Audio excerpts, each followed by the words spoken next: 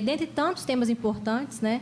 E aí eu vou me dar a ousadia de tratar de um tema que nós temos um perito aqui, né? Que é o Dr. Rodrigo Goulart. Ele tá ali no lanchinho agora. Né? Ele tem, inclusive, um livro sobre isso, né? Indico fortemente esse livro, já foi anunciado aqui, que é o livro sobre a relação do trabalhador autônomo e relação de emprego. Minhas reflexões sobre o trabalho autônomo aqui, elas vão considerar não só o que a reforma fez, né? A reforma e a medida provisória, que também já trouxe alterações no que diz respeito ao trabalho autônomo, mas refletir sobre as relações de trabalho como um todo. Né? Na verdade, como o professor Fábio Túlio acabou de salientar aqui, por mais que a gente imagine que essa reforma foi abrupta, que ela não foi discutida, que realmente não foi, né? E que ela veio de repente, os sinais de alteração legislativa impédios, né, para reduzir direitos, eles já estão sendo dados há mais tempo.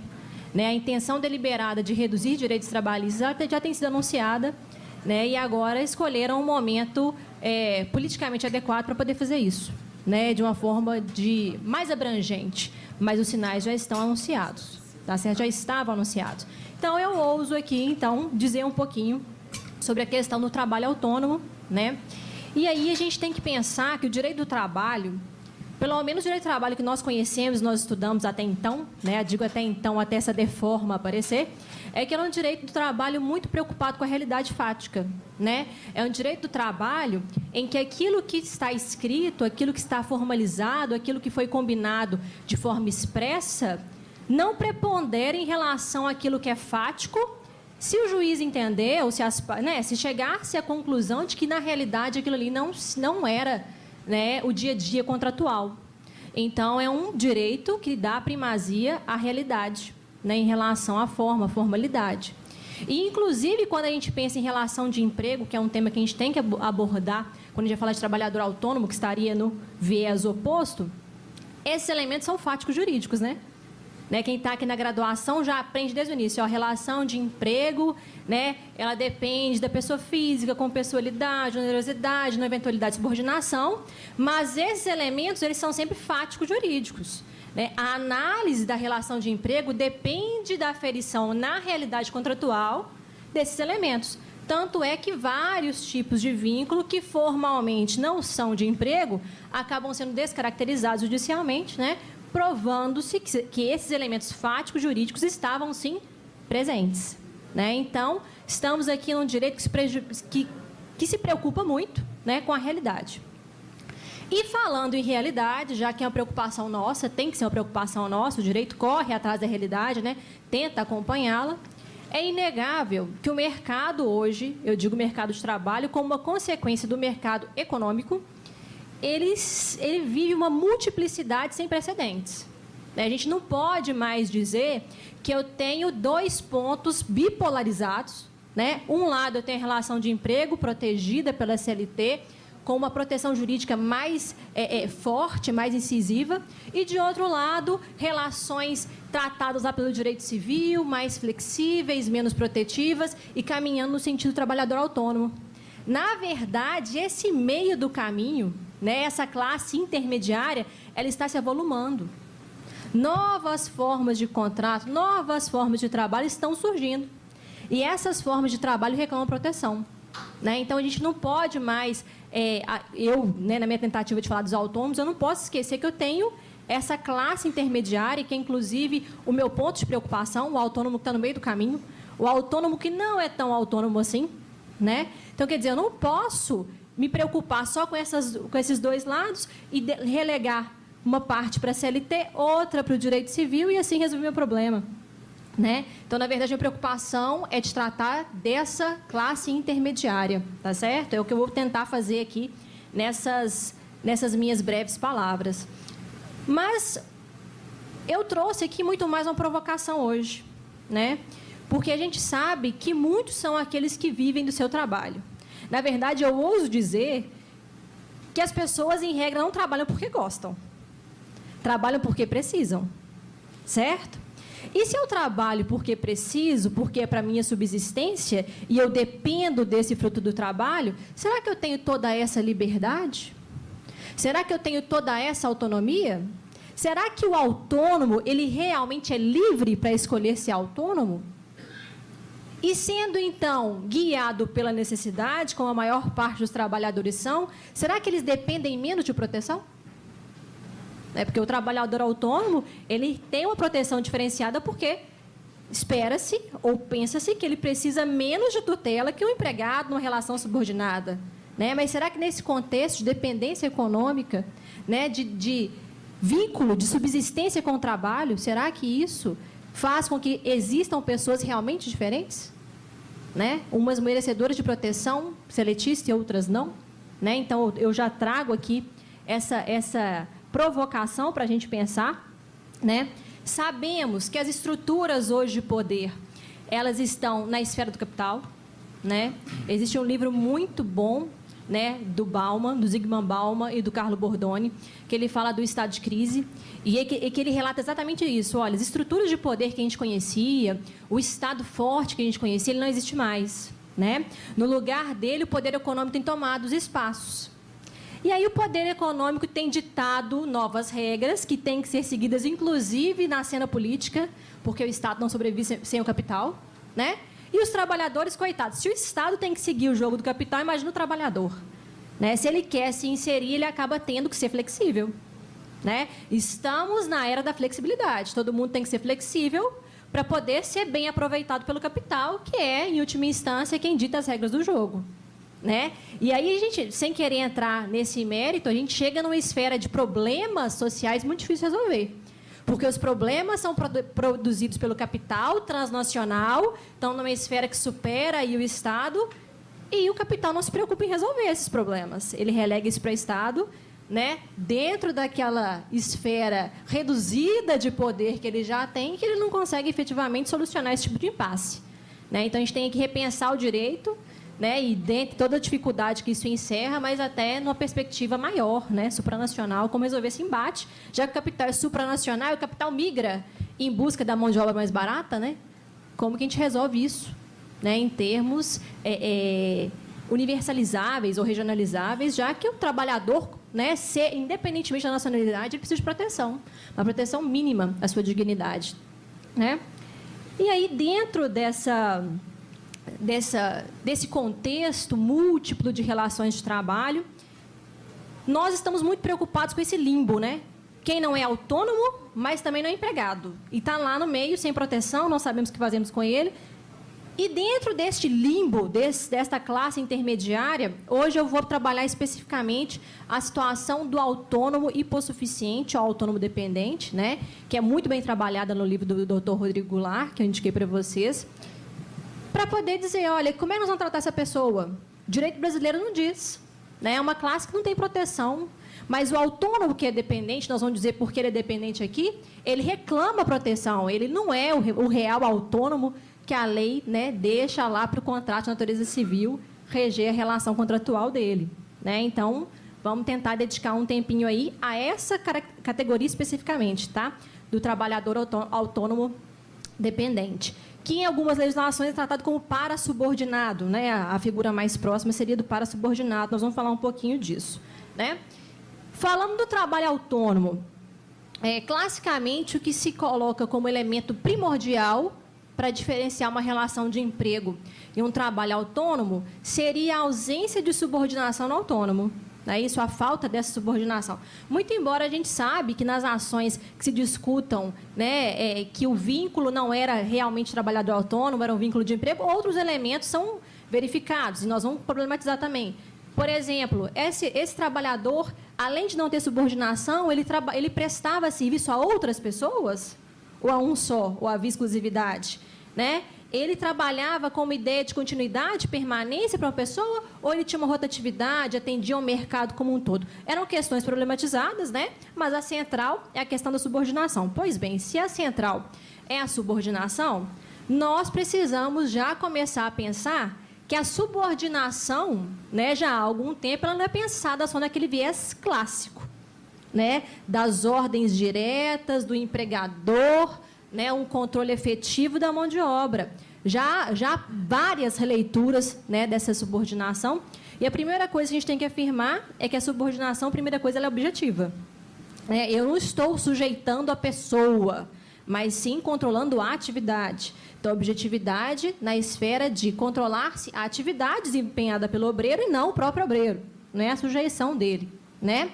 Então, quer dizer, a subordinação ela tem ficado mais tênue, né? Então, a gente tem que ter cuidado, porque se eu for muito restritivo, eu não vou enxergar uma situação de subordinação existente e, havendo subordinação, eu tenho emprego e não trabalhador autônomo, né? E seguindo dentro desse raciocínio sobre as formas de entender a subordinação, né, a gente cita também o Maurício Godinho Delgado, né, ministro, quando ele fala que a subordinação ela é estrutural. Então, quer dizer, eu não preciso estar recebendo ordens quanto à minha atividade direta, desde que eu me integre à cultura empresarial, né, a operação da empresa. Se eu tenho que me adequar às atividades da empresa, eu estou inserido dentro dessa lógica operacional dela e, portanto, estou subordinado, né? Então, quer dizer, aquela subordinação clássica já ficou um pouco mais tênue. E aí, outros professores, como o PEP, né? Não sei se vocês conhecem aqui no Estado também como o PEP, que é o José Eduardo de Rezende Chaves Júnior, ele propõe a subordinação estrutural reticular, aprofundando a proposta do Godin, dizendo o seguinte, olha, em estruturas em rede, e hoje é muito comum isso, né? O que se faz? Para afastar o vínculo direto com o empregado e os riscos desse vínculo, eu vou subcontratando. E me distanciando para não responder, né, por qualquer um desses ilícitos aí. E aí ele fala, ó, na verdade, a subordinação estrutural também é reticular. Então, eu posso reconhecer, né, pela estrutura, pela adequação da lógica empresarial, mesmo do obreiro lá na ponta até a última tomadora, né, nessa cadeia aqui de produção. Tá? Então, essa questão estrutural, organizacional, ela transcende a vinculação direta para seguir essa lógica de cadeia. Nós temos outras propostas também muito interessantes, né? A Lorena Vasconcelos Porto, por exemplo, ela propõe a subordinação integrativa. O que seria a subordinação integrativa dela? Ela não nega todas as outras possibilidades de leitura da subordinação, mas ela soma a elas a verificação em concreto se de fato há autonomia, o grau de autonomia desse trabalhador. Então, ela se preocupa, por exemplo, de verificar, será que esse trabalhador autônomo, ele é o dono da organização empresarial? Será que esse autônomo, ele de fato está assumindo os riscos dessa atividade? Ou então, será que esse autônomo, ele é proprietário dos frutos do trabalho dele? Né? Então, essa verificação fática para ela, dos elementos que dariam autonomia, né, poderia indicar uma relação de trabalho autônomo ou uma relação de emprego. Né? E, por fim, né, Jorge Luiz Souto Maior, e eu acho ele fenomenal em tudo que ele diz, ele propõe a história da supersubordinação. Vai ver, supersubordinação. O que seria essa supersubordinação? Seria todo e qualquer trabalhador que está nesse limbo que a gente falou, sabe, esse espaço vazio? Né? Crio formas contratuais atípicas, pouco protegidas, para realmente fazer isso, né? Para deixar ele com proteção escassa e reduzir meu custo. Então, para ele, o supersubordinado não é uma categoria de trabalhadores, mas é o trabalhador que é privado da sua própria cidadania. Porque, quando a ele são negados os direitos sociais básicos aos quais ele tem direito, ele perde, inclusive, a condição de cidadão. Então, ele passa a ser um supersubordinado. Tá certo? Então, pelo que a gente viu aí, né, com esse tanto de leitura de subordinação, nós já começamos a pensar que muita gente que trabalha por aí como autônomo, autônomo não é. Né? Porque essa perspectiva de subordinação, nessas diversas facetas, está presente. E, estando presente, a resposta correta era de tutelar via legislação trabalhista. Correto? E parece que os realizadores e idealizadores da nossa reforma não pensam isso, né? Não conhecem, né, essa garantia. Enfim, já que a gente já tem uma noção do que é a subordinação, do que faz uma pessoa trabalhador autônomo ou empregado realmente, eu quero chegar, né, no ponto da nossa fala, que é verificar como é que a nossa reforma né, e a medida provisória que já veio, trata desse trabalhador autônomo. Lá no artigo 442B, que foi inserido aí na CLT, ela fala o seguinte, ó, a contratação do autônomo, cumpridas as formalidades legais, com ou sem exclusividade, de forma contínua ou não, afasta a qualidade de empregado. Já parece estranho, né, gente? Então, quer dizer, se eu cumprir as formalidades legais, ainda que a pessoa trabalhe para mim como autônomo, mas com exclusividade, de forma contínua, ela não vai ser meu empregado. Ou seja, elementos caracterizadores da relação de emprego também, como se a subordinação fosse a única questão a se preocupar, né? Porque a lei fala o seguinte, se provou a subordinação, dá vínculo, mas se ele for exclusivo, se trabalhar de forma contínua, não. Estranho, né? Quem é que vai oferecer um trabalho como autônomo realmente quando a pessoa deseja atender a uma única pessoa? A lógica do trabalho autônomo é, a lógica, oferecer serviços ao mercado e quanto mais tomadores eu tiver, melhor para meu próprio equilíbrio financeiro. Não é isso? Então, já é, por si só, uma previsão estranha, né? Aí, a medida provisória, né, a gente estava postando nossas fichas para vir uma coisa melhor, é que ela diz, ela tentou ser melhor, mas ela, né, ela foi maldosa. Ela retirou, né, do caput desse artigo a questão da exclusividade. Colocou lá, ó, cumpridas as formalidades da contratação, sendo o trabalho autônomo contínuo ou não, não há emprego, certo? Então, isso retirou a exclusividade. Aí, lá no parágrafo 1º, diz o seguinte, é proibida a exigência de exclusividade. Então, quer dizer, se você contratar um autônomo, você não pode exigir dele que ele trabalhe só para você. Mas no parágrafo seguinte diz o seguinte, ó, mas se ele for exclusivo, isso não quer dizer que é um emprego. Então, quer dizer, foi lindo o que eles fizeram, né? Eles retiraram do caput a questão da exclusividade, colocaram no parágrafo, não pode pedir, mas se ele for, né, gente? E aí a gente começa a problematizar. Vocês acham que empregado tem condição realmente de negociar com o empregador? Dentro dessas aberrações da reforma, o patrão fala assim, ó, você vai ter que fazer esse mês aqui uma compensação mensal de horas, que eu preciso de você 2 horas a mais todos os dias, né? Aí você estuda à noite, você não tem condição de ficar. Você vai ter coragem de falar com ele que você não vai ficar? É você que sabe, né? Se você puder me atender, você fica. Se não, não precisa nem completar a frase. Você já entende o risco que está sofrendo, né? Então, quer dizer, foi um pouco assim, né, eu acho um pouco de falsidade de falar que não pode exigir a exclusividade, mas que se tiver exclusividade não tem problema nenhum, que isso não é relação de emprego. E aí, gente, quando eu faço uma leitura dessa, eu já fico cheia de perguntas. E vocês me desculpem de eu trazer um tanto de perguntas para vocês, que eu acho que vem todo mundo caçar resposta. Mas eu sinto informar que nessa época, meu filho, não tem respostas. Nós estamos tentando construir algumas possibilidades, né? E aí nós estamos construindo juntos. E aí, para vocês terem uma ideia do que vem à minha mente quando eu, né, me deparo com um tema assim. Primeira situação. Se eu penso, então, em um trabalhador autônomo que trabalha de forma contínua e exclusiva para uma pessoa só. E, de um outro lado, eu penso no empregado que trabalha lá de forma pessoal, onerosa, não eventual e subordinada, né, a um tomador de serviço. Vocês acham que esse autônomo que trabalha de forma contínua e exclusiva, ele depende menos do trabalho e depende menos do tomador que o empregado? Acho difícil falar que ele depende menos, né? Se ele trabalha de forma exclusiva e contínua. Então, se a gente vai chegar à conclusão que ele não depende menos, por que a proteção dele é diferenciada? Né? Então, primeira questão que a gente fica aí, né? Com a cuca quente. Segunda questão que me preocupa. Será que esse trabalhador que trabalha, né, num regime de autônomo, né, de forma exclusiva e contínua, ele trabalha assim por opção real ou por necessidade? Né, e voltando ao que a gente falou lá no início da palestra. Será que alguém tem condição de falar que trabalha por opção, por escolha, porque gosta? Ou trabalha por necessidade? E quando eu falo em necessidade, será que há liberdade de escolha? Será que eu falo de opção? Então, meio engraçado. O empregador não vai, o tomador não vai te pedir exclusividade, mas se você quiser ser exclusivo, Será que ele quer realmente? Ou será que ele precisa? Será que isso é necessidade?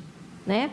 E uma terceira pergunta que me vem à cabeça também, será que esse trabalhador autônomo, que trabalha de forma exclusiva e contínua, ele realmente tem autonomia?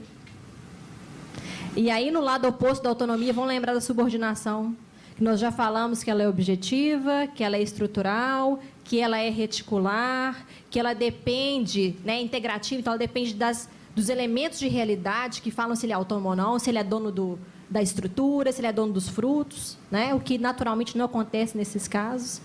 Então, a gente fica pensando, será que essa pessoa é realmente autônoma?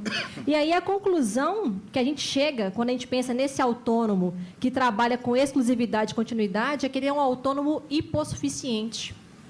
Ele é um autônomo dependente. Né? E, por ser hipossuficiente, ele reclamaria alguma proteção. Né? Alguma proteção que eu digo para além do direito civil. Né? Uma intervenção de ordem trabalhista para proteger realmente esse trabalhador. E aí, quando eu digo que ele precisa de uma proteção, surgem algumas propostas à mente. A primeira delas, que já é a nossa habitual, né, que seria o reconhecimento do vínculo de emprego. Né? Então, se perceber que não há real autonomia, né, que nesses casos me parece, salvo o melhor juízo, que não há autonomia real, né, reconhecer o vínculo de emprego e equiparar a proteção, então, né, do empregado comum a essa pessoa, esse autônomo dependente. E, por outro lado, há aqueles que acreditam que esses trabalhadores não merecem a mesma proteção que o empregado, que ele estaria na condição intermediária e, por estar nessa condição intermediária, reclamaria uma legislação apropriada, né, também intermediária para a situação dele.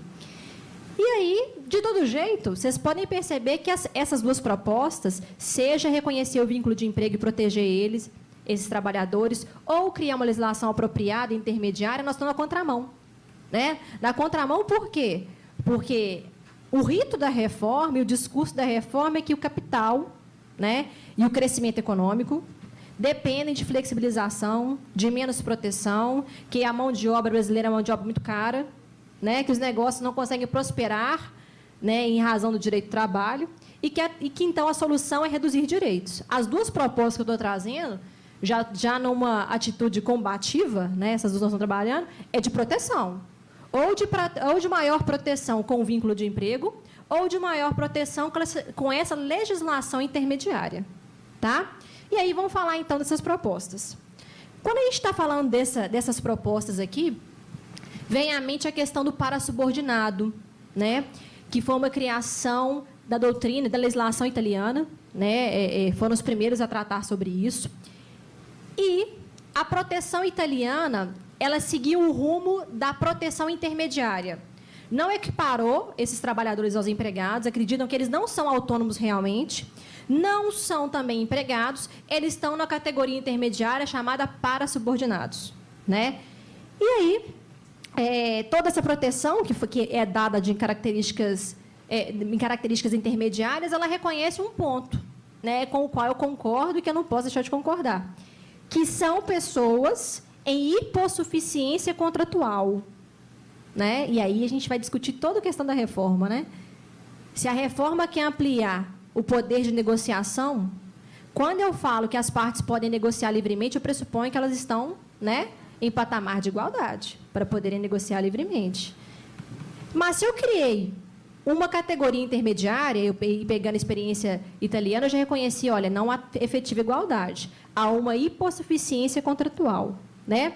Esses parasubordinados, dentro da doutrina italiana, são pessoas que trabalham de forma pessoal, com continuidade, né? Está aparecendo em relação de emprego, né? Vamos ver. Só que com coordenação. Coordenação das atividades. O que quer dizer com isso? Olha, tanto o autônomo ou parasubordinado, nesse caso, né, e o tomador de serviço, eles têm uma relação de coordenação sobre o modo que a atividade será realizada. Então, não é uma imposição, eles fazem isso de forma coordenada, e seria um traço forte, né, na questão do parasubordinado. E o parasubordinado não pode ter pessoas a seu serviço. Então, ele tem que prestar esse serviço isoladamente, ele não pode subcontratar ninguém para auxiliar ele nessa tarefa. Tá? Então, uma coisa que está clara aqui é que há, de certa forma, uma dependência econômica. né? Ainda que tenha essa coordenação de atividades entre eles, há uma dependência econômica, até porque a continuidade, né?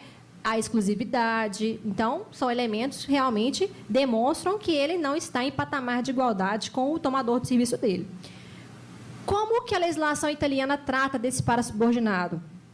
Ele foi previsto inicialmente lá no Código de Processo Civil, que lá há um ponto interessante, que não há um código, aqui também não há, né? Não há um Código de Processo de Trabalho e também não há o Justiça do Trabalho, que é diferente daqui, né? Lá existem várias especializadas na área trabalhista, mas não há um judiciário à parte, né? Então, lá o Código de Processo deles, quando previu pela primeira vez o parasubordinado, foi para dizer que o julgamento dessas questões caberiam a juízes, né, com especialização na área trabalhista. Aí tudo bem, então quer dizer, né, juízes do trabalho farão o julgamento. E aí, na sequência, o que foi previsto para eles? Primeiro, equiparou a forma de recolhimento, né, de recolhimento tributário deles aos empregados comuns, parece que está tudo caminhando no mesmo sentido, né? Depois, proibiu certas formas de renúncia e de negociação quando importasse uma redução importante de direitos. Então, mais uma vez, aproximou do empregado. Só que não manteve essa linha. E depois, os outros direitos que foram garantidos foram de cunho previdenciário. Aí, garantiu acesso à previdência complementar, aposentadoria por idade, por invalidez, auxílio maternidade, acidente de trabalho. E aí, gente, surge uma forte crítica a esse instituto da parasubordinação. Para muitos, a parasubordinação e esse tratamento legislativo concedido a eles é uma espécie de ilusão, porque essa regulação de nada tem de trabalhista, né? Que ela, na verdade, tributária, previdenciária, processual, mas nada trabalhista, né? Você vê que eu não coloquei nenhum direito laboral para eles aqui. Tudo que foi previsto foi em outra seara que não trabalhista. Então, para muitos doutrinadores, isso parece que foi, né, instituído para gerar um falso ar de proteção normativa. Olha, vocês estão protegidos, mas laboralmente falando, proteção não teve. E aí, chegamos ao momento também dos posicionamentos a respeito da parasubordinação e essa legislação intermediária. Muitos acreditam que seria uma forma de melhorar, né, a condição social dos trabalhadores, que antes isso do que nada, né, proteger um pouquinho essas pessoas, e já outros acreditam que isso é um risco, porque a partir do momento que eu torno isso lei, que eu legitimo isso, eu vou incentivar esse tipo de contratação menos protegida em relação ao emprego, né? Então, muita gente vê um risco nessa iniciativa, né? E é corrente que tem ganhado voz maior nesse sentido, né? E aí, eu, mais uma vez, vou me filiar ao Souto Maior, né? Souto Maior, ele acredita que essa questão de legislar não resolve os problemas, que, na verdade, a gente tem que trabalhar isso na ótica da efetividade. Como assim na efetividade? Eu não vou pensar na efetividade só judicial, quando o problema chega na mão do juiz e o juiz vai reconhecer o vínculo de emprego e proteger aquele trabalhador especificamente, né? Ele, inclusive, acha que, como medida de repreensão a esses empregadores, o ideal é que também fossem dados, né, fossem atribuídos dano de natureza pessoal nessas ações, para desestimular os empregadores. Porque, se eu nego o vínculo, a minha única consequência é atribuir o vínculo, está fácil demais, né? Tem que tornar isso mais oneroso para ele, para desestimulá-lo. Mas não é só isso, não. Souto Maior não coloca só na mão do judiciário. Ele também acha que é uma questão de políticas públicas, né, de efetivação dos direitos sociais. E aí a gente abre outra janela, né? Quando eu falo efetivar direitos sociais, gente, não é só para os empregados, mas para os trabalhadores em geral, né? Se eu protejo os trabalhadores em geral, eu estou protegendo grande massa daqueles que vivem no trabalho. Se nós acabamos de dizer que as outras formas, as formas atípicas de contratos estão, né, se multiplicando. E aí, nessa pesquisa que eu, né, antes de trazer aqui para vocês essas palavras, eu achei uma terceira corrente minoritária que eu achei interessante, que ela propunha o seguinte: eu acho que a situação não é equiparar o emprego, nem reconhecer vínculo. Não acho que a situação também é legislar. Eu acho que esse problema deve ser resolvido, não é palavras minhas não, tá? terceira corrente seria entregar às partes o poder contratual de dizer as regras deste contrato de autônomo. Parece que essa pessoa foi a idealizadora da reforma, né? Mas esse posicionamento é de 2013. Enfim, eu acho que ela estava lá no exercício de futurologia com a bola de cristal dela, e ela percebeu que seria o futuro, né? Que eu me oponho, né? Eu acredito que não seja esse caminho. Então, frente a tudo isso que eu trouxe para vocês, gente, e problematizando essa questão do autônomo, acredito que, em razão do momento que a gente vive político, o caminho da reforma legislativa ou da criação de uma normativa intermediária é perigoso, né? Porque eu acho que a tendência de edição de normas agora, elas são reducionistas. Então, acho que a reação e a proteção agora ela tem que vir na via interpretativa, né? E aí, na via interpretativa, não só judicial, mas também numa atuação maior em busca da efetividade desses direitos sociais. E aí, para eu fechar mesmo, que eu já sei que eu estou falando demais, né? Para eu fechar mesmo aqui minha fala, eu quero fazer remissão ao Kleber Lúcio de Almeida, né? Que é do Judiciário lá de Minas Gerais, que ele fala uma questão importante. Nós estamos num momento em que a gente tem que reconceituar o direito do trabalho, né? Porque a gente repete, e é um erro nosso, da área trabalhista, a gente repete que a gente tem que assegurar um direito de trabalho, a gente tem que assegurar direitos trabalhistas, porque são pessoas hipossuficientes que precisam. E aí eu estou pensando lá nos autoempregados. Não é por isso, não. Nós temos que proteger o direito do trabalho, os direitos laborais, porque são direitos essenciais.